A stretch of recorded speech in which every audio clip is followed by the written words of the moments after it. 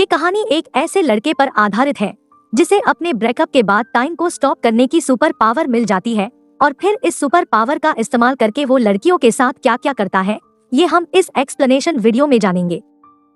Movie की starting में हम बेन को देखते हैं जिसका अपनी गर्लफ्रेंड से ब्रेकअप हो जाता है। जिस लड़की से उसका ब्रेकअप हो रहा था उसका नाम सूजी है। वो उसकी पहली गर्लफ्रेंड थी। उसके साथ बिताए गए हर पल उसे याद आ रहे थे। वो सोचता है कि आखिर उसका ब्रेकअप कैसे हुआ। बेन के फ्रेंड का नाम शॉन होता है। वो उसे समझाने की कोशिश करता है कि उसे एक बेटर ऑप्शन मिल गया होगा और इस वजह से वो उसके पास चली गई। उसके बारे में तुम्हें ज्यादा सोचना नहीं चाहिए। तुम किसी हॉट सी लड़की को डेट करो, फिर सूजी को जलन होगी और फिर वो भागते हुए तुम्हारे पास वापस आ जाएगी। शॉन का लड़कियों के साथ एक्सपीरियंस बहुत ही घटिया था। हर लड़की उसे मारकर चली जाती थी, इसलिए उसका घटिया आइडिया बेन नहीं ले सकता था। बेन आर्टिस्ट बनना चाहता था। जब भी उसकी ड्राइंग क्लास होती थी तो हमेशा वो लड़कियों की ड्राइंग बनाता रहता था। हमेशा उसे सूजी की याद आती रहती थी। एक रात वो उसे कॉल करता है और उससे पूछा कि क्या हम फिर से एक साथ रह सकते हैं। सूजी ने उसे मना कर दिया। वो दिन रात अपने बेड पर ही पड़ा रहता था। सूजी के जाने के बाद जैसे उसका ऑक्सीजन ही चला गया था। धीरे धीरे उसकी नींद भी चली गई। उसने सोने का बहुत ट्राई किया लेकिन वो सो नहीं पाया। वो रोज टाइम पास करने के लिए अलग अलग चीजें ट्राई करता था और फिर भी उसका टाइम पास नहीं होता था। एक रात वो ग्रोसरी लेने के लिए जाता है। वहाँ पर वो नोटिस देखता है कि उन्हें काम करने के लिए स्टाफ की जरूरत थी। बेन को नींद नहीं आती तो 8 घंटे बिताने के लिए यहाँ पर जॉब कर लेता है। वहाँ के जब मैनेजर को उसने देखा तो वो मैनेजर पहले फुटबॉल का प्लेयर हुआ करता था, लेकिन अब यहाँ का मैनेजर है। ये देखकर बेन रियलाइज करता है कि लाइफ इसी तरीके से बहुत फास्ट गुजर जाएगी। इसके लिए कुछ कर भी नहीं सकता। बेन के साथ एक लड़की काम करती थी। उसका नाम शेरोन था। बेन नोटिस करता है कि उसका मैनेजर शेरोन के साथ बहुत ही अजीब तरीके से पेश आता है। शेरोन को वो बहुत ही घटिया लगता है। बेन जॉब के टाइम कहता है कि यहाँ सुपरमार्केट में टाइम बहुत धीरे धीरे चलता है। इसको फास्ट करने के लिए हम एम्प्लॉइज अलग अलग चीजें करते हैं। हर एक का अलग अलग जुगाड़ है। जैसे शेरोन कभी भी टाइम नहीं देखती। जब वह टाइम देखती है तो टाइम बहुत धीरे धीरे चलता है। इस वजह से वो घड़ी को कवर करके रखती है। यहाँ काम करने वाले उसके 2 फ्रेंड पेरी और मैट भी हमेशा एक दूसरे के साथ गेम खेलते रहते हैं। कभी ये शॉपिंग मॉल में रेस लगाते हैं तो कभी लड़कियों के सामान में कुछ अलग ही चीजें रख देते हैं। इसी तरीके से हर कोई टाइम पास करता था, लेकिन बेन कहता है कि मेरा तरीका कुछ अलग ही है। जब उसका ब्रेकअप हुआ तो उसके लिए टाइम गुजारना बहुत ही मुश्किल हो गया था, जिसके बाद उसमें एक सुपर पावर आ गई। यह सुपर पावर टाइम को स्टॉप करने की थी। वो अपने पावर से सबको स्टॉप कर देता था और सारी जगह घूमने लग जाता है। सुपरमार्केट की सारी ब्यूटीफुल लड़कियों को नोटिस करता था। उसे लगता है कि लड़कियों में अलग से पावर होती है। वो जब छोटा था तो एक फॉरेन स्टूडेंट उनके घर में रहने के लिए आई हुई थी। वो बहुत ब्यूटीफुल थी। वो हमेशा उसे देखता रहता था। बेन जब भी टाइम रोकता था तो हमेशा लड़कियों की न्यूड ड्राइंग करता था। उसने एक बुक में पढ़ा था कि लड़कियों को पेंटर के साथ अफेयर करना अच्छा लगता है क्योंकि वो लड़कियों की ब्यूटी और निखार देते हैं। ऐसे ही बेन ड्राइंग करते हुए अपना टाइम गुजारता था और जब वो अनपॉज करता तो बहुत सारा टाइम गुजर जाता। अगले दिन बेन से मिलने के लिए उसका दोस्त शॉन आता है। शॉन को पता था कि अभी भी बेन अपनी एक्स गर्लफ्रेंड के बारे में सोच रहा है। वो उससे कहता है कि तुम्हें उसे भूल जाना चाहिए। शॉन हमेशा उसे यही बात कहता रहता है तो वो इस टाइम को भी रोक देता है।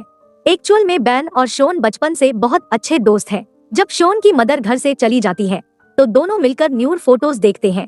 एक दिन जब ये दोनों देख रहे थे तभी शॉन की मदर वापस आ जाती है। वो इन दोनों की फ्रेंडशिप को अलग ही समझती है। आज शॉन बेन से कहता है कि आज तुम्हें मेरे साथ क्लब में चलना चाहिए। यह सुनकर बेन को अपने बचपन का किस्सा याद आता है। उसके शहर में एक लड़की थी जो पैसों के लिए न्यूड होती थी। ये सारे दोस्त लाइन लगाकर उससे मिलने के लिए जाते थे। इसके बाद हम देखते हैं कि अगले दिन बेन और शेरोन की नजरें मिलती है। शेरोन को भूख लगती है तो वो बेन से सैंडविच मांग लेती है। सैंडविच खाने से उसके गाल पर सैंडविच लग गया था।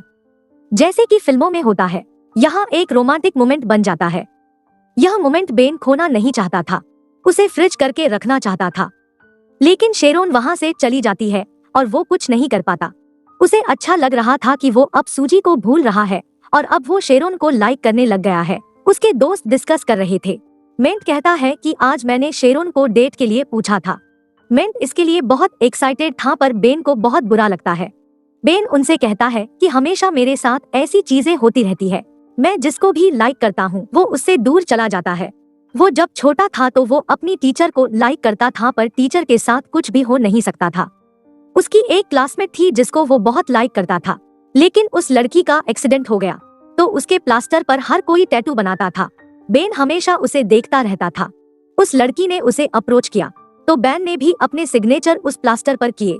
जब उस लड़की का प्लास्टर निकला तो उसका पूरा हाथ बालों से भर गया था। सब बच्चे उसका मजाक बनाते हैं। वो बिल्कुल अकेली पड़ गई थी तो बेन उसके पास जाकर बैठता है और कहता है कि तुम जैसी हो वैसी ही ब्यूटीफुल हो। इसके बाद ये दोनों गर्लफ्रेंड बॉयफ्रेंड बन जाते हैं। एक दिन बेन उसे स्कूल के पीछे बुलाता है। वो उसके पास आती है और उससे पूछती है कि क्या तुम मुझे किस करना चाहते हो। बेन कहता है कि हाँ, लेकिन कल तुम मुझे यहाँ मिलना, क्योंकि कल स्कूल में कोई भी नहीं होगा। कल हॉलिडे है तो उन्हें कोई भी डिस्टर्ब नहीं करेगा। अगले दिन बेन ने उसका बहुत वेट किया पर वो नहीं आई। बाद में उसे पता चला कि उस लड़की का ट्रांसफर हो गया है। फिर सीन प्रेजेंट में आता है और बेन और शोन बात कर रहे थे। बेन ने शेरोन के बारे में शोन को बताया, पर वो ये भी कहता है कि मेट और शेरोन आज मूवी देखने के लिए जाने वाले हैं। शोन ने कहा कि वो सिर्फ एक फ्रेंड्स की तरह मूवी देखने के लिए जा रहे होंगे क्योंकि इनके बीच में कुछ भी नहीं है। अगले दिन बेन काम पर जाता है तो मेट अपने फ्रेंड से शेरोन के बारे में बात कर रहा था।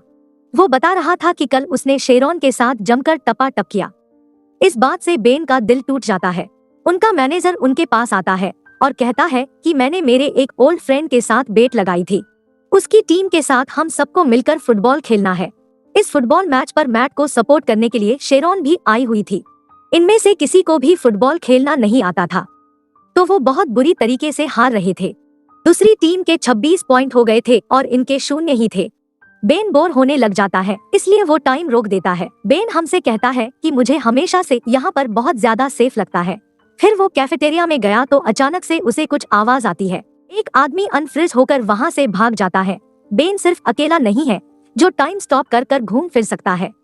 घूम फिरकर बेन मैच में वापस आता है।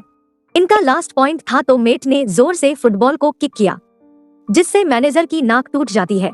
मेट उसको हॉस्पिटल लेकर जाता है और बेन को कह कर जाता है कि शेरोन को घर छोड़ देना। बेन और शेरोन फिर कॉफी के लिए जाते हैं।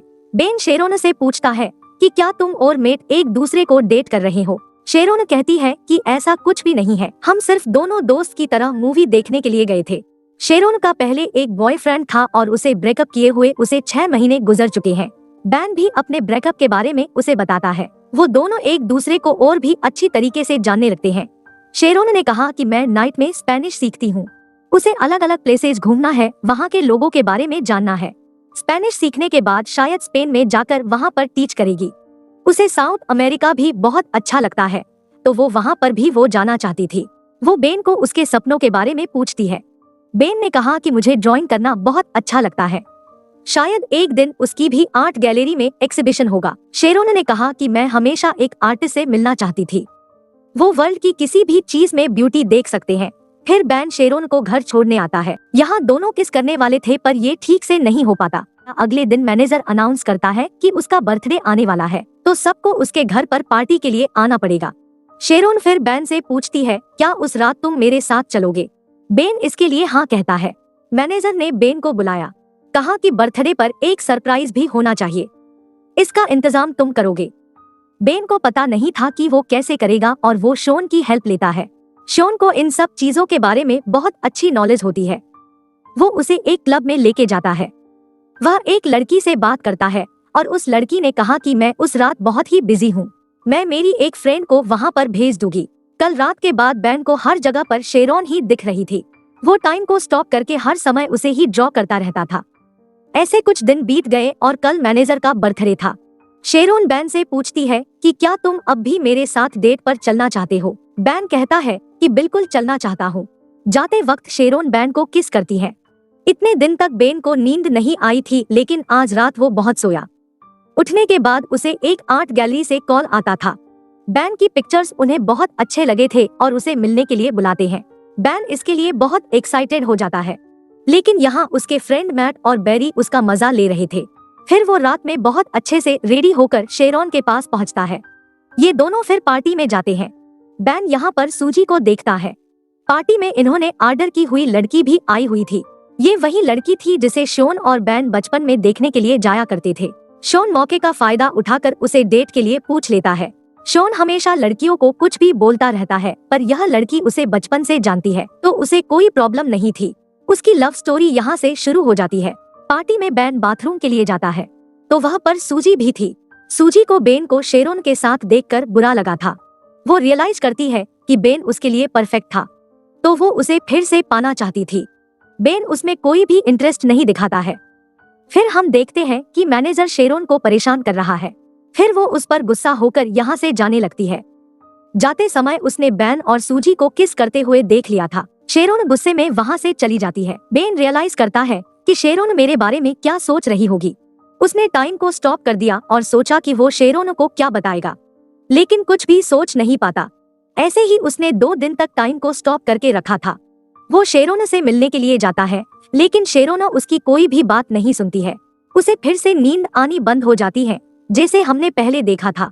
फिर बेन के फ्रेंड ने उसे फेक कॉल करके एक आर्ट गैलरी में मिलने के लिए बुलाया है, तो बेन अपना आर्ट लेकर उस आर्ट गैलरी में चला जाता है। वहाँ के एजेंट से वो बात करता है तो उसे पता चलता है कि उसकी कोई भी अपॉइंटमेंट नहीं है, लेकिन फिर भी एजेंट उसकी ड्राइंग देख लेता है और उसे वो ड्राइंग बहुत पसंद आ जाती है। वो बेन को चांस देते हैं। अब उसका एक आर्ट शो होने वाला था। इसका इनविटेशन बेन शेरोन को देकर आता है।